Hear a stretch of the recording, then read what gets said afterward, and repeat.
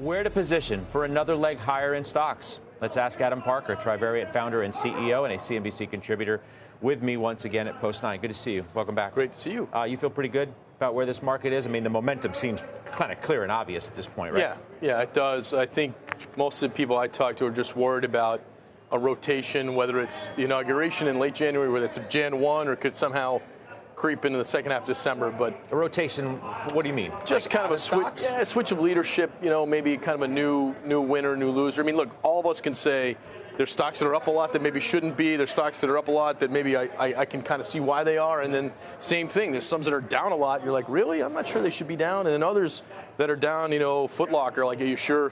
Physical retailers, of course they should be down. Target, you've been negative, physical retailers for as long as we've been having these conversations. Yeah, that like we like Amazon and Walmart, we don't like physical retailers call. Yeah, it's obvious, but over time it just keeps working, and I think it's, Target's been a really bad stock for several years. Kohl's, Dollars, others. I think they're still in trouble. Do you think we're in the early stages of a prolonged bull market? Prolonged even further by the election of Donald Trump?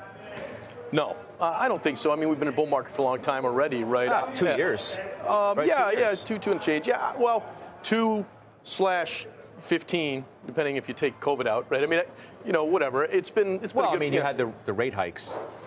So I think the biggest risk, and I think the bull probability is still higher than the bear. I still think it makes sense to, keep risk on. But the biggest negatives I see are, there's no question the Fed path looks less accommodative than it did a few months ago, right? Like, you could get a strong jobs report later this week and they could have a hawkish set of commentary. And I think 3 months ago, everyone's like, 8, 10 cuts are coming. Well, so we're not getting that many cuts, but like the Fed chair was just talking with Andrew at Dealbook. I don't know if you had a chance to check out the conversation. You're making your way down to visit with us.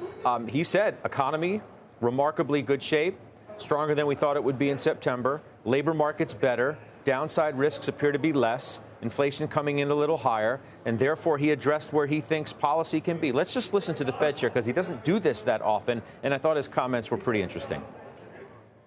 The economy is strong, and it's stronger than we thought it was going to be in September. So the labor market is better, and the downside risks appear to be less in the labor market. Growth is definitely stronger than we thought, and inflation is coming in a little higher. So the good news is that we can afford to be a little more cautious as we try to find neutral.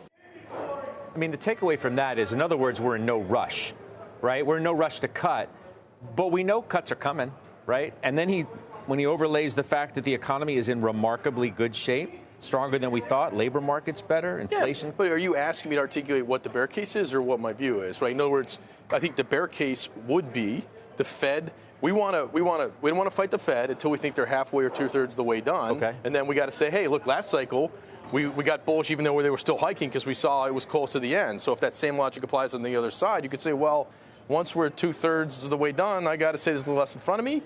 And I could see people saying, hey, that's closer.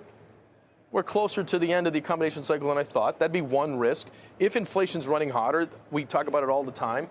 But the number one thing that matters to stocks, in my opinion, is gross margins go up. And a lot of companies, particularly smaller ones, can't handle rising CPI. It's bad for their margins. So that's the mega cap trade. The only last thing I'd say that's a little inconsistent to what Powell said is the 10-year yield the last couple of weeks, right? Where if growth's good and 10-year yield backs up to 4.7, and now growth's good and it backs up, we're going to 4.1, like which one is it? So I think the market's up today, because growth is good. That's people think growth's good, but growth it's not. Being good doesn't mean that yields have to back up again. Why does it mean that? Well, you can't both be both. It doesn't, but you can't both be bullish that the Fed's accommodative and bullish that they're not accommodative. Like, it's at some point that Fed cycle. But they are change. Accommodative, even if they're not as accommodative as we once thought they might be. But they don't have to be, because you balance that out with a stronger economy. The things I'm worried about, and I still think the bull argument's in control. The things I'm worried about, the Fed is closer to being done than I thought 3-6 months ago. Okay. On the front end, and if CPI picks up and we get a little bit more inflation, that's not great for margins for a lot of companies. I think the bull case that I didn't know about 3 months ago is that the President of the United States, one of the things that the incoming president cares about is the stock market. And so he's going to create some volatility and do some things that change things. And if anything makes the stock market go down 10%, he's going to stop doing that, right? So it feels like you got a down 10, up 30 kind of guy from the top. He can't control everything, but he certainly can, sort of ask for policy and the like. Well, I mean, you lead into what some say is a Trump put plus a Fed put. Yeah. Plus a strong economy. Isn't that, Yeah, that's the cocktail. A plus B plus and that's C why equals... that's why the bull case is still in control, I think, over the bear. But the bear case is definitely, and you have a lot of people on this show, where they were bearish 1 and 2 years ago, and they're bullish now. So the sentiment's not as negative. Right. That happens. And for good reason, though, right?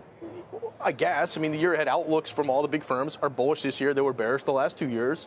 So the sentiment, the contrarian sentiment thing is you can't romanticize you're a contrarian bull anymore like you could a couple years ago.